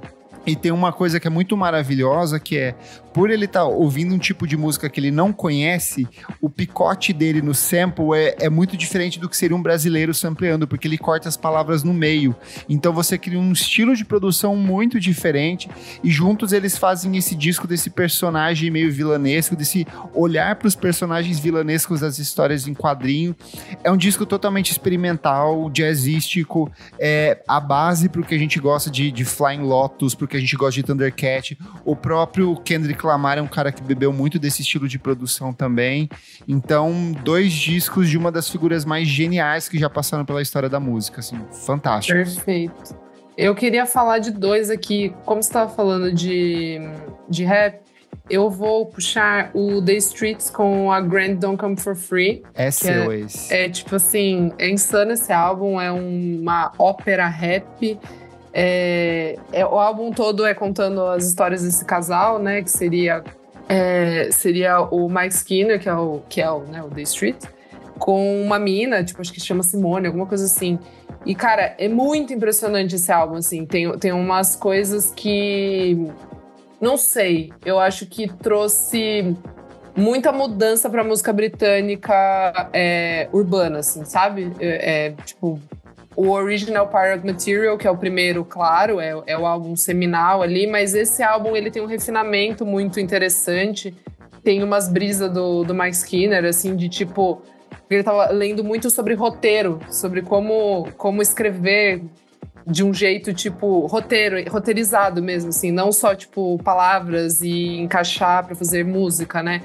Em ter meio que um começo, meio e fim ali. E é muito interessante que ele consegue refletir isso nas músicas. Então é um álbum bem interessante, o A Grand Don't Come For Free. E aí também eu quero trazer o Wilco com A Ghost Is Born. Eu amo. Que é o 5º álbum do Wilco. Demorei, mas gostei. Nossa, sim. É produzido pelo Wilco e pelo Jim O'Rourke, né? Que é, tipo, absurdo. E tem uma das minhas músicas favoritas do Wilco, que é o Kraut Rock, né? Sim. Spiders Kid Smoke, que Nossa, eu acho perfeito. Inacreditável essa música, 10 minutos de música. Tem também Handshake Drugs, que é muito foda. É pesado esse álbum, assim, tipo, ele... Peseiro. Vocês viram que eles lançaram uma edição nova do disco e você compra, tem umas opções que você vem com um grande ovão que você pode colocar na sua parede. Ah, é? Como um assim? ovo gigante. Cala a boca! Entre no perfil do Wilco, vocês veem o coisa segurando, é um ovão gigante que nem o da capa, assim, pra você pendurar na sua parede. Não sei, só tem tipo umas 30 cópias. Na mercearia, mercado, carro do ovo, às vezes ele vai passando, você pode pedir o disco do Wilco. O ovo tá tão caro, né? Vocês viram? Gente, é um ovão. Gente, que maluquice. O ovão do coisa. Maluquice. Estou em choque com isso. Tem muita coisa. Enfim, mas voltando aqui pros discos de 2004, tem muita coisa aqui, gente. Não sei mais pra onde a gente vai. Ainda tá faltando muita coisa, o programa tem que acabar. Eu vou citar aqui rapidão algumas coisas bem legais, malucas, indies que eu gosto. Animal Collective com Santongs, que eu acho maravilhoso. The Gold Show Team desse com disco Thunder, horrível. Lightning Strikes. Eu fui no show que teve da Balaclava aqui, que foi incrível, do Animal Collective. Eu achei... The Fire Furnaces com Blueberry Boat. Off Moon Trio com Satanic Panic in the Attic. Na época que ainda era bom. É isso que eu ia falar, na época era bom. Não era bom. Eu adorava, que depois eles lançaram 15 mil discos em sequência. Mas, gente, é porque nessa época eles já tinham lançado também 15 mil discos antes. É que essa época era uma época muito rica também. Chiu Chiu com Fabulous Muscles. O Devendra Banhart com Rejoicing in the Hands, que é também muito bom. O Grizzly Bear com Horn on Plane, que eu acho que é um dos primeiro discos. É muito bom. É o primeiro só o Chris Bear, eu acho, nessa época. O Panda Bear com Young Prayer. O Ratatá com Ratatá. Tem um disco que eu ouvi muito e que passava bastante na MTV, que é o Scissor Sisters, o primeiro disco do Scissor Sisters. Chique, a coisa vem pro Brasil esse ano. Gay ao máximo. Gay Rise. Nossa, esse ano tem o Death From Above 1979, que eu ouvi pra cacete, é muito bom. Let's make sex, listen to Death From Above. Nossa, ícone. Tem um disco eletrônico que eu gosto muito, que é o Junior Boys com Last Exit, que é meio que a base pra você que gosta de Jesse Lanza, Caribou e essas coisas canadenses todas, meio que eles pavimentam o caminho nesse Junior disco, Boys, assim, que é um disco crer. muito bom. Pro metal, tem 2 discos que eu gosto bastante, o Mastodon com Leviathan e o Isis com Panopticon, que é um disco mais instrumental, assim, então são 2 discos pesadíssimos. Gente, lista gigante. No campo do hip hop também tem o Danger Mouse com The Grey Album, que foi um disco o disco de mashup com Beatles. Que polarizou bastante na época e que, sei lá, foi interessante. E gerou discussões. É só aí. Eu achei que você ia seguir. Então é isso, gente. Tem o Sonic Youth com Sonic Nurse nesse ano. Exato, Sonic Youth, tem o Usher, tem muita coisa, discos e mais discos que não acabam mais aqui, mas você pode ir lá no nosso Instagram, na edição desse programa, e contar pra gente quais são seus álbuns favoritos de 2004, e quem é apoiador do nosso podcast no apoia.se/podcastvfsm, terá essa lista completa com todos os discos que a gente recomendou aqui e muito mais lá no nosso grupo por os assinantes. Maura, muito obrigado pela sua participação aqui. Foi gostoso voltar no tempo e relembrar um pouquinho do passado? Foi maravilhoso. Eu fiquei muito feliz, tanto pelo convite, participar, conhecer vocês, conhecer o Renan. Sempre que quiserem fazer um remember aí dos anos 90 também, então aí, só me chamar. Aí, ó. Que eu venho. Boa, muito obrigado pela sua participação. Só vou ler rapidinho aqui os comentários dos nossos apoiadores. O Gabriel Benevides falou: sim, MF Doom, o maior áudio de todos porque 2 discos absurdos no mesmo ano. O Regis Valença disse: teve o Auf der Maul também, que passou muito na MTV. Deixa eu ver. O Luiz Almeida falou: meu Deus, só hit e cheiro de virilha suada. Eu queria só citar aqui, é importante frisar aqui, um grande hit de 2004, Débora Blando cantando Chocolate com Pimenta. Pronto. Ah, sim, icônica. Vamos pro próximo bloco do programa. Não paro de ouvir.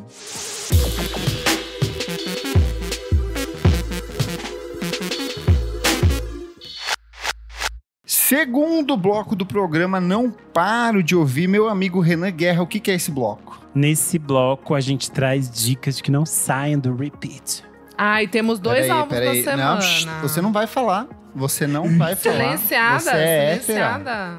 Pra mim, nós temos até 3. Muito bom, Renan Guerra. E hoje os héteros vão ficar quietinhos. Eles não vão falar porque essa foi uma semana 100% homossexual. Tivemos vários lançamentos que alimentaram os corações e mentes dos gays do Brasil e do mundo. Porque nós temos aqui alguns discos que merecem ser comentados. A gente autoriza, Isadora. Você pode conversar com a gente, o Nick também. A gente não tem preconceito contra héteros aqui. Porque Duda Beat voltou com Tara e Tal, aguardado o 3º álbum de estúdio dela. E eu estou de cara o quanto ela é boa, porque a gente fica sempre naquele limiar assim, meu Deus, será que ela vai cair? A gente tem aqueles meses que antecedem um disco e outro, que ela faz umas colaborações, uns feats duvidosos. Mas quando chega no disco e ela já abre com Lúcio Maia mandando um solão ali de Nação Zumbi, de um disco que vai completar 30 anos esse ano, e ela transita por um monte de coisas absurdas. E aí eu lembro muito do que a gente falou sobre a Marina Sena, sem querer comparar, mas o quanto a Marina Sena perdeu a brasilidade dela no Vício Inerente, e aqui a Duda fala: eu sou brasileira, eu faço pop nacional com ritmos nordestinos, e casa tão bem, além do que ela mescla coisas como drum and bass, Jersey Club, house, tem eletropop, tem tudo. Ela falou que tinha uma relação com as festas que ela frequentava na praia, nos anos 2000, em Recife. E é, tipo, muito interessante como… Quando ela falou isso, a gente ficou assim… Nossa, pra que caminho ela vai nesse sentido, né? E é muito interessante que ela foi pra esse caminho. Tem umas faixas que são assim, tipo, batidão total. E tem outros momentos que ainda é a do Da Beat, daquelas questões todas. Mas eu amei muito que ela fez uma mudança, assim, também de… Eu acho que das letras, ela de sai tema, né? daquela, de temática. Daquela coitadolândia que já tava assim, cansando. E ela fala isso na última faixa, inclusive, tipo… Que é a safadolância. E agora ela tá tipo assim, eu quero você e eu vou dar uma sentada e você vai levar uma acusada na cara sim, que eu vou bater com o meu cuzão na sua cara. É tipo isso esse disco, e é muito bom. Que baixaria. Esteticamente impecável. Eu acho que as músicas que eu menos gosto são justamente as músicas que ela vai mais pro senso do comum ali. Por exemplo, a música com as finais. Por exemplo, Baby é um reggaeton. Só que é um reggaeton quadradinho, assim, fica… Por exemplo, pega as coisas que o Carlos do Complexo fez no ano passado, acho que são muito mais interessantes. A música com a Lineker, Quem Me Dera, eu achei totalmente esquecível ali. Pareceu muitos desses feats que ela faz entre um disco e outro, tanto que ela esquece. Eu acho que depois, eu acho engraçado que no final perde um pouco dessa força aqui no início. Mas na tua cabeça que a música de encerramento é excelente, uma puta música de fechamento. Sim, mas eu gosto do quando ela vai pro lado… Eu gosto mais do começo. Tipo, essa cantiga poderia ser gravada pela Fernanda Porto. Todos esses momentos… Nossa, sim. É isso, Teu beijo é perfeita. Nossa, Teu beijo é musicona. perfeito. Que prazer que ela tem aquela batidinha de Crystal Castles no começo, que é igualzinho. E até as músicas que ela já tinha lançado, tipo Saudade de Você Fica ainda mais potente, e Preparada, faz muito mais sentido quando a gente pega o trabalho, assim, como um todo. Enfim, muito bom. Sim, e daí já podemos engatar no outro, né? Que é relacionado a esse. Pablo Vittar, Batidão Tropical, volume 2. Como é bom. Eu acho que a Pablo é a artista que tá mais antenada com o que tá acontecendo com o pop lá fora. Tanto que ela tá ali circulando com Charli XCX, com Rina Sawayama e com um monte de gente foda, com a própria Lady Gaga. Mas de vez em quando ela fala assim, beleza, agora eu vou tirar um tempinho aqui pra fazer as coisas que eu realmente gosto. E como a bicha capricha num misto de tecno-melody, forró, tecno-brega. Todos esses ritmos do norte e do nordeste do Brasil que fizeram a infância dela. E ela faz de um jeito assim, surreal de bom. Surreal. O que vocês acharam do Batidão Tropical Volume 2? Eu amei. Eu detestei essa coisa de lançamento, de ter umas faixas que ela não lançou. E do nada ela entra no meio. Ah, odiei isso. Isso é uma palhaçada. Parece que eu não paguei o Spotify. Eu também achei. Parece que eu tô ouvindo propaganda do Spotify, mano. Parece DVD da Xuxa, sabe? É o templatezinho, né? Que ficava… Gente, isso aí é uma tentativa de dar uma sobrevida pro disco daqui 2 semanas. Mas ela já fez isso no disco anterior, que foi com aquela música Cadeado, que ela soltou, sei lá, quase um mês depois. E vai acontecer o que aconteceu do mesmo jeito da outra vez. As pessoas não vão ouvir, as pessoas vão cagar, só se falem outra coisa. É a mesma coisa que aconteceu com os da Luísa Sonza, quando ela soltou as músicas, tipo, Nobody Cares. Então não é um tipo de… Não é uma estratégia boa. Uma estratégia que funciona. A gente sabe que não funciona, não faz diferença. Só causou… E é bizarro, porque tipo, todo mundo tava muito feliz com o disco, mas todo mundo tava irritado com isso. E foram 3 músicas, assim, tipo, não é uma só. Sem necessidade. Mas não podemos reclamar do fato de que ela entregou músicas longas. É muito bom. Tem músicas de 34 minutos. Eu ouvi hoje na academia e deu certo, assim, tipo, deu tempo de fazer a série certinho, assim. Se fosse da outra vez. Ouvindo o Pablo fazendo academia. Não, foi muito bom. Há 6 anos atrás. Não, amigo, tá ali. Ei, tô orgulhosa. Mas é que, como as coisas mudam, né? 6 anos. E só uma coisa, ela traz Will Love, Madeirito, Tati Girl e Gabi Amarantos pra junto dentro desse disco. Então, assim, muito bom. Esses feats, pra mim, são perfeitos, são assim. perfeitos. Porque eu acho que é uma escolha muito boa de trazer pessoas que estão na gênese desses gêneros nos anos 2000. Tem uns covers que trabalharam disso. Então… Tem os covers bom, perfeito, assim, tipo, que caiu muito bem. O do Calypso, enfim. Pra dizerem que eu não sou uma pessoa assim, que fala mal e que fala mal das pessoas e fica com coisa… Idiota. É uma faixa perfeita ali dentro. Parece simplesmente que é um cover, não parece que é uma faixa inédita. Parece que ela tá tão bem amarrada de tão boa, ali dentro. É mesmo. quem compõe ali dentro, Vivian Kucinski e Alice Caymmi são umas das compositoras dessa Sim. música. Pra dizer que eu falei mal, se eu já falei mal delas, retiro. Quando elas acertam, eu falo bem, viu? Tem que acertar, se acerta, eu não falo mal. Não, muito boa, muito. Um dos destaques, eu achei. E tem um outro álbum que segue também essa linha, que eu acho que é álbum da semana também. Eu acho. Puxa lá. The Archives com Silence is Loud. Eu vi na sequência. Eu e Renan estamos baforando. Eu só fiquei ouvindo Gente, isso. Mundinho Drum and Bass, por favor, Puta não pode que parar. não Segue assim, para. ó. Um disquinho por mês tá excelente. isso, Não precisa tá ser todo ótimo. mundo, só pra manter Foda-se a o PC espírito. Music, vamos de Drum and Bass agora, e é isso. Caras, mas eu tava falando com o Renan, assim, só vou fazer um comentário, amigo, daí você entra. Falei até com o Renan que eu amei os momentos que não são tão drum and bass. Ela que vai mais tem uma pro coisa pop. meio indie, mas é Pro meio um indie, assim. Ela tipo, que eu mesma achei muito falou, ela ouviu muita coisa de Britpop. Isso quer dizer, ela conversa com Britpop. Britpop, assim, bem insano, tá? É bem complexo. É que eu acho que álbum, isso tô é muito legal. feliz. Como ela consegue dialogar com essas coisas que eram ali da virada do século, sem ser tipo um pastiche dessas coisas. É Sim. tipo algo novo, é fresco. Tipo assim, ela pega o drum and bass, o jungle, mas ela mistura com outras coisas. E ela faz um casamento que é a cara dela, assim. Então tô muito encantado. Tem uns momentos assim E vozes muito boas bons também. Nossa, Muito sim. bom. E as letras são muito boas, tipo, Crowded Rooms, assim, é tipo Nossa. absurdo, assim, insano, Muito insano. bom. Feel so lonely in the crowded room. É tipo, Muito bom. muito bom. Eu fiquei cantando o final de semana inteiro, gente. Eu só ouvi isso. Fiquei louca, assim, não aguentava mais. Tava só batendo cabeça. Gente, já que tá na toada gay, posso seguir aqui, depois eu puxo pra vocês. É que a gente ainda teve, pra mim, Dua Lipa com Illusion, que eu amei. Achei deliciosíssima. Eu gostei. Uma puta música boa. Melhor dos singles, na minha opinião. eu gosto eu- de todas. Eu gostei de todas, Eu assim. gostei, eu gostei. Faz parte do Radical Optimism, que é o próximo álbum dela, que sai no dia 3/5. E a gente teve tô Mamãe ansiosa. Beth Gibbons com Reaching Out, Nossa, que muito é bom. parte do Leaves Out não Crown. ouvi. Meu Deus do céu, que música Sério? é essa? É uma levada de bateria que lembra muito o Radiohead naquela música There There, sabe? Tem aquela percussão carregada. Vou A amar, voz então. dela tá um absurdo de boa, também faz parte do disco Chegar Logo Mais. E a Tinashe lançou mais uma música muito que boa é também. Nasty. Ela vai ser parte do BB Angel Part 2. Ela lançou BB Angel ano passado, que é um disco que mesclava R&B e música eletrônica. Então, assim, nossa, que bom momento pra ser uma gay viva, uma gay que consome cultura pop. Dá pra adicionar nessa lista que saiu o remix de Oral, da Bjork, da Rosalia, Ai, feito pelo sim! Olaf Dreher, do The Knife.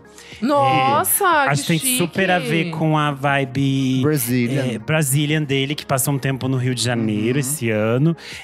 A gente eu e o Nick fomos na audição da Duda Beat e o DJ já tocou essa antes da audição da Duda Beat. Eu falei assim, ele fez essa pra Chique. mim. Obrigado, Antônio, por isso. Boa. Mas seguindo na toada gay, Renan Guerra, o que você traz aí essa Que semana? mais de coisa gay? Bom, Que isso? Ditadura gay agora? Isso. Só gays. Nos singles, saiu o single novo do Zopelar, Beats Me. Vai estar no Muito próximo bom. disco dele, Ritmo Freak, que vai sair em maio pelo selo dinamarquês Zopelar Tartelé é bom, Records. né? Ele É bom. é chique Zopelar é demais. bom, mano. Sempre Putz. recomendei os discos dele aqui, Ele muito é bom. muito bom. Assisti. Eu tô amando essa nova fase que ele tá tocando em festa de gays pelados sempre. Agora eu fui. Ai, porque ele é um gostoso também, vamos combinar Sim. aqui. Isso é. Enfim, deixa eu ver o que mais. Disco, não é disco, é tipo mini disco. Esse conceito do K-pop, eu sou meio burra pra isso, sou meio senhora. Mas uma amiga, Ana Clara Mata, me indicou o Illit, ILLIT, que eles têm um disquinho que saiu chamado Super Real Me. E é super legal. Ela indicou porque ela sabia que eu gostava dessas coisas, tipo Le Serafim e o New Jeans, que a gente adora.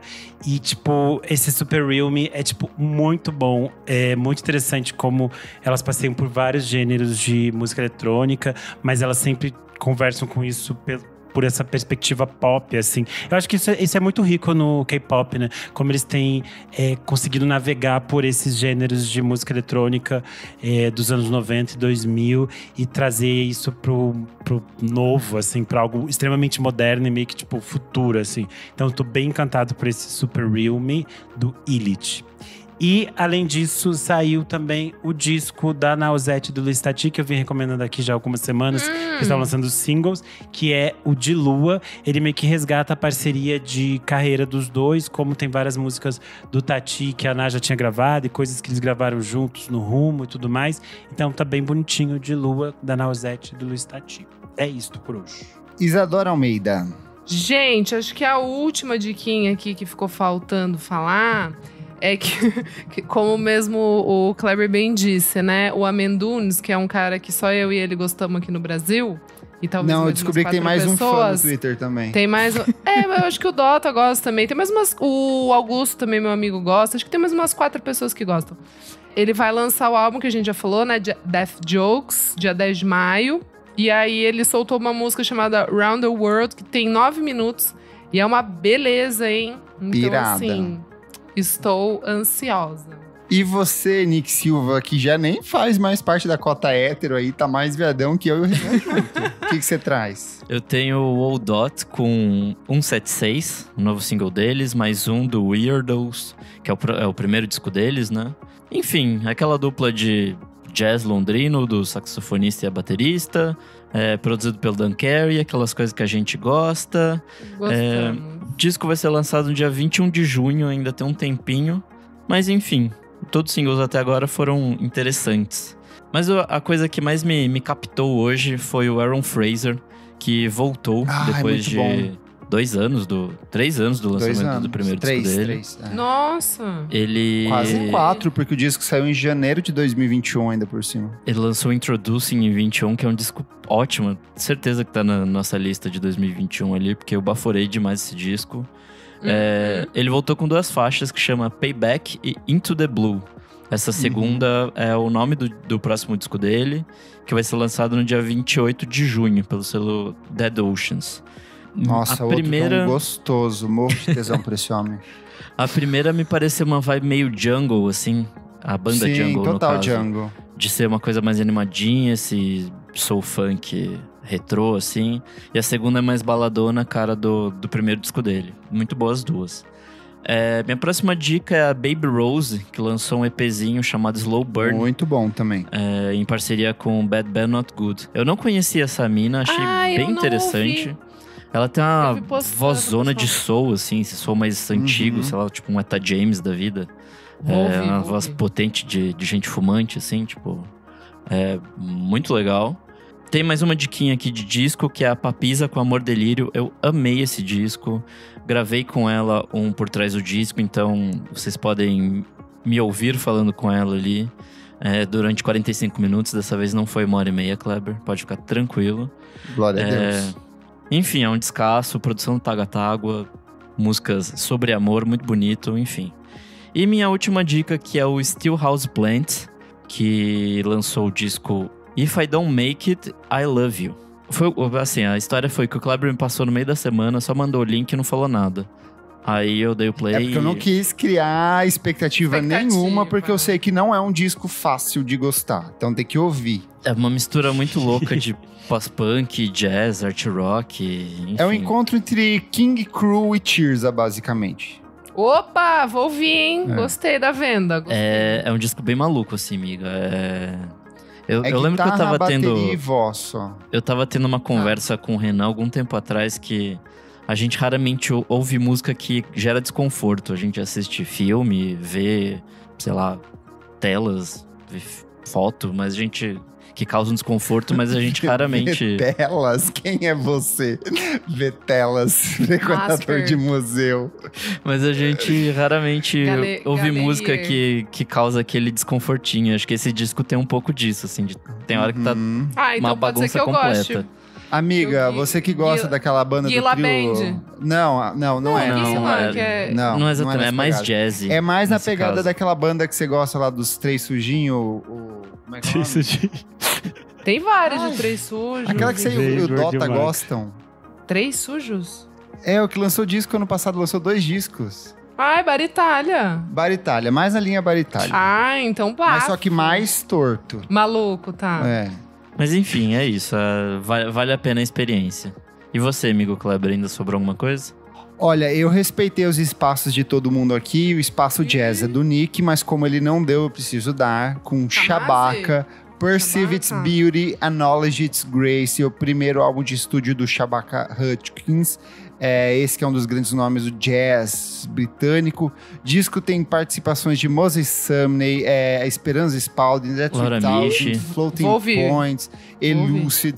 Muito bom, é um disco mais contemplativo, ele vai mais na linha ali do André 3000, desse jazz mais spiritual, mais um excelente disco, capa pra mim excelente, um espetáculo, gostei bastante, esperei que meu amigo Nick Silva fosse dar, então estou trazendo aqui, Perceive Its Beauty, Acknowledge Its Grace. O meu rolê é que eu só ouvi uma vez ainda, e é tipo esse disco que demanda atenção, assim, tipo, eu gostei a princípio, mas ainda não tenho opinião formada. É um disco bem bonito. Então vá formando a sua opinião aí, porque nós vamos pro próximo bloco do programa. Você precisa ouvir isso.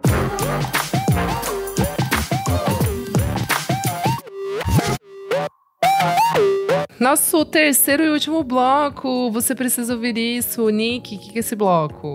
Nesse bloco é qualquer coisa. Só falar. Qualquer dica, né? Tá bom então. Então fala aí uma dica e pronto. Bom, eu não ando consumindo muita coisa, então eu vi apenas um episódio da nova série da Amazon Prime, que é o Fallout. Vi 1,5, vai. É criação da Lisa Joy e do Jonathan Nolan. E me pareceu divertido, assim. Eu nunca joguei nenhum dos jogos, então eu não entendo da lore dos games e tudo mais. Mas, ainda assim, me pareceu divertido, assim, entrar nesse mundo pós-apocalíptico, nuclear e tal. Acho que desde o comecinho eles já te botam a par ali do que aconteceu. E aí, enfim, a história se passa, sei lá, uns 200 anos no futuro, a partir daquela primeira ceninha da série. Então, acho que você consegue entender o que aconteceu e aí vai vendo o que se desenrolou. E aí é meio que aquela coisa de 3 personagens improváveis numa quest, assim. Então, é meio que isso, a série até o que eu vi. Pelo que eu vi, acho que vai ter a segunda temporada, enfim. Parece ser divertido. Tá bom, então. Kleber, o que você traz? Então tá vamos bom. comprar essa ideia dele, né? A gente é amigo, vamos comprar a ideia. Eu gosto muito de um diretor que eu sei que o Renan gosta também, mas o Renan gosta pelos filmes mais recentes e eu gosto dos filmes podreira dele. Podreira não, que são obras-primas. Que é o Paul Verhoeven. Eu sou apaixonado pelo cinema do Paul Verhoeven. O Renan já recomendou aqui o Benedetta. A gente já falou bastante sobre o El, que é um dos meus filmes favoritos da vida. Mas eu amo a fase ficção científica do Paul Verhoeven. E eu trago 3 filmes que, assim, são o melhor do melhor. Primeiro, Robocop, o policial do futuro de 1987. Gente, assistir Robocop hoje, ele tem uma outra perspectiva. Não dá. É uma reflexão maravilhosa sobre Não, fascismo, politicamente sobre... é fantástico. É absurdo. Crítica social perfeito, foda, né? assim, fodíssima, transcende a crítica social Tanto foda, que assim. a versão do Coisa não capta essa perspectiva. Não, a do Zé Padilha jamais nem a de do Zé perto Padilha, do tipo, que- não do chega que nem ele perto faz do quanto aqui. o filme Ele, é original que ele bom. não entendeu. Gente, Provavelmente. é surreal. Tem pessoas derretendo de ácido. Inclusive, eu tenho uma vizinha minha que ela tem a cabeça dela tá ficando careca e ela fica com aquela cabeça assim, ó, que o cabelo vem aqui em cima. Ele fica Tadinha. igual o Robocop quando tira a máscara, que ele fica com aquela divisão aqui em cima. Nossa, a cena Deus, Kleber. do Robocop sendo estraçalhado lá enquanto humano ainda. Baleado. Puta que pariu. Ele é Nossa, é absurdo essa cena. O que eu acho mais absurdo desse filme é que ele se passa em Detroit, como se Detroit Sim. fosse a cidade do futuro. E tipo assim, Detroit nos anos 90 simplesmente entra num limbo eterno. Abandonado, Que é o cidade futuro que fantasma. mostra o que o capitalismo faz, né? O outro filme dele dessa leva de ficção científica, maravilhoso, é O Vingador do Futuro, de 1990. Nossa, Filme com isso é Arnold bom. Schwarzenegger. É muito bom. O roteiro te deixa naquela dúvida de se é realidade ou não é. É muito Isso eu vi bem feito. A história é criança, muito boa. É um TV. puta... Ele é o menos político dos 3 que eu trago aqui, mas ainda assim é muito bom. Mais um que o remake é péssimo. Outro que o remake é péssimo, verdade. Nossa, é horrível. Eu vi no cinema essa merda. É com aquele... Como é que é aquele ator? É o Colin Farrell? Colin Farrell, com isso. ele. É. E por último, nesse meio tempo você tem Instinto Selvagem, que é maravilhoso. Você tem a obra-prima Camp, que é o Showgirls. Mas pra mim, a obra-prima do cinema do Paul Verhoeven, Tropas Estelares, de 1997. Eu lembro que eu assistia no SBT e eu tinha uma visão muito de um filme de ficção científica, de ação e tudo mais, mas o contexto político e social e tudo aquilo que ele discute, ele trata o exército norte-americano como uma representação, como um espelhamento do movimento nazista e das tropas da juventude hitlerista. É maravilhoso e é fantástico que o Paul Verhoeven é um cara super contestador, mas ele sabia como se vender dentro do cinema norte-americano como se ele fosse super comercial. E é muito surreal que ele tenha feito isso. Hoje ele é meio que barrado em Hollywood, assim, é muito difícil ele conseguir fazer alguma outra coisa lá. Concordo com o Renan que os filmes recentes são muito bons também, mas esses 3 filmes, assim, é um cara muito criativo que fez muito com pouco, assim, então vale muito a pena assistir esses 3 filmes do Paul Verhoeven. Pra mais contexto sobre o Tropas Estelares, tem um vídeo do Hora Thiago também que é bem legal. Acho que você jogar lá no YouTube, Hora Thiago, Tropas Estelares, você adentra nesse vídeo. É bem interessante. Boa. Renan Guerra, o que você traz? Bom, no próximo mês, o Kairin Ainuz vai estrear seu novo filme no Festival de Cannes, que se chama Motel Destino. Ele vai estar na competição, que é muito chique. Porém, eu vi que esses tempos a internet tem redescoberto um filme que eu acho que vale eu recomendar aqui e vale quem não descobriu, descobrir. Que é Viajo Porque Preciso, Volto Porque Te Amo, de 2009. Nunca assisti, dirigido pelo Kairin e o Marcelo Gomes. É, assim, pra mim, uma das coisas mais lindas do cinema brasileiro nos anos 2000. É com o Irandir Santos, mas ele é uma espécie de documentário meio naturalista, assim, que a gente é meio levado. Ele é sobre esse geólogo que acaba indo para uma região isolada do Nordeste do Brasil, porque ele vai fazer uma pesquisa, só que ele começa a lidar com essa questão da solidão, do abandono, da falta da família, e aí vão aparecendo várias narrativas, várias histórias, várias pessoas que ele encontra por esse caminho. E aí são pessoas reais, assim, contando suas histórias, tem questões sobre amor, sobre encontros e desencontros. Enfim, ele tem uma narrativa muito fluida, muito única, assim, que é muito específica, é bem difícil de explicar. Tanto que, por exemplo, o Irandir não aparece, ele só fala e a gente vê que ele é como se ele estivesse nos apresentando aquele mundo, mas a gente não vê a cara dele. E é um filme muito, muito bonito, assim. Eu acho que é uma forma narrativa muito interessante, assim, de você se entregar a esse espírito do filme, que não necessariamente tem um fio condutor muito amplo que te diga alguma coisa específica, mas cada momento é muito interessante. E é um filme curtinho, ele tem tipo 1h15, eu acho, e ele flui de uma maneira muito bonita e passa bem rápido, então vale a pena vocês assistirem. Viajo Porque Preciso, Volto Porque Te Amo. Pelo que eu vi aqui, ele está disponível no Amazon Prime. Então, eu vou ver, eu nunca vi. Boa. E você, minha amiga Isadora, qual é a sua discurso? Gente, eu assisti um documentário que eu amei, que tá disponível no Prime Video, que é o Salvatore Shoemaker of Dreams, que conta a história do Salvatore Ferragamo. E eu não tinha a menor ideia do quão importante ele foi. Caras, ele morou nos Estados Unidos durante uma época e ele foi, assim, super, super importante pra desenvolver sapatos pro cinema. Tipo, em larga produção ali, pros estúdios. E isso é pré-Hollywood, assim. Tava se formando, ele ainda era cinema mudo. Enfim, muito interessante essa passagem dele pelos Estados Unidos. Aí ele estuda anatomia humana e focou em pés, porque ele queria entender como fazer sapatos confortáveis, além de bonitos. Principalmente por causa do salto, né? Entender que cada pé funciona de um jeito, mas meio que chegar em moldes universais. Enfim, é muito interessante. E aí depois tem essa outra fase, né? Que ele volta pra Itália. Enfim, quebra com a crise de 29, consegue se reinventar. Aí, durante a Segunda Guerra, os produtos estão escassos na Itália. E aí ele consegue, tipo, começar a reinventar alguns modelos e criar novos modelos. Sandália de cortiça, o salto de cortiça, né? De rolha também, literalmente, das rolhas também de vinho. Ele fez disso saltos. Então, assim, é muito insano o jeito como ele conseguia ver materiais e transformar isso em sapatos. Eu não fazia ideia, assim, ele era meio viciado em criar patentes. Então, assim, acho que centenas de tipos de saltos e modelos de sandálias são do Salvatore Ferragamo. E também é muito interessante porque ele era visionário em outras áreas, assim. Então, ele não... ele é muito genial, assim. Então, ele criava patente para outras coisas, assim, bem, bem interessante. E tem participação do Christian Louboutin, do Manolo Blahnik. Eu nem sabia que o Manolo estava vivo. Tem, assim... O Scorsese aparece. Então, assim, muito legal. Eu amei. Eu não vi.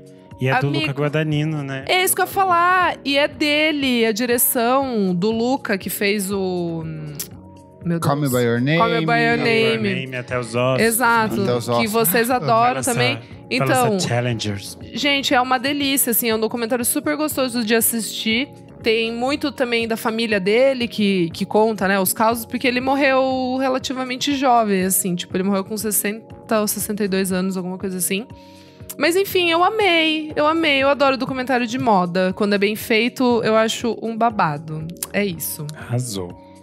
Comentários referentes à última edição do nosso podcast número 295, Os Porões do Pop, os artistas por trás dos grandes hits. Eu perguntei lá no Spotify que outro nome dos bastidores da música você lembra, e a Jules BH falou: ouvi uma entrevista da Courtney Cox falando de seu namorado, Johnny McDade, da banda Snow Patrol, que simplesmente escreveu músicas para Pink, Robin Williams, Ed Sheeran, BTS. O cara trabalha.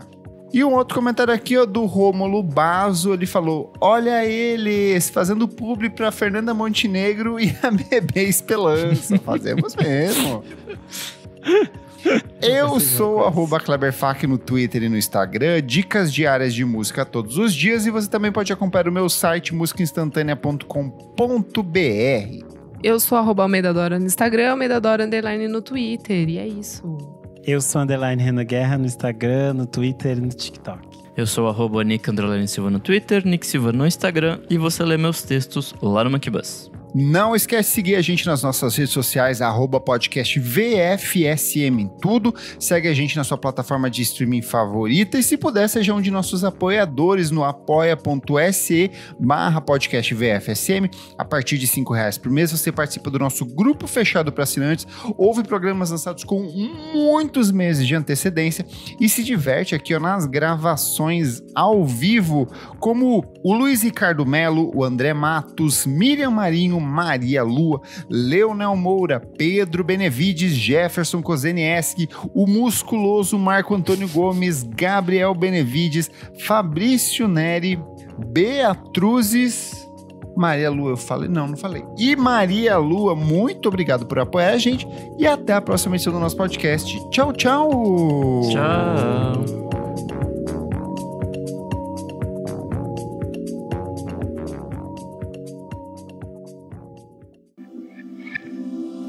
Esse podcast foi editado por Nick Silva.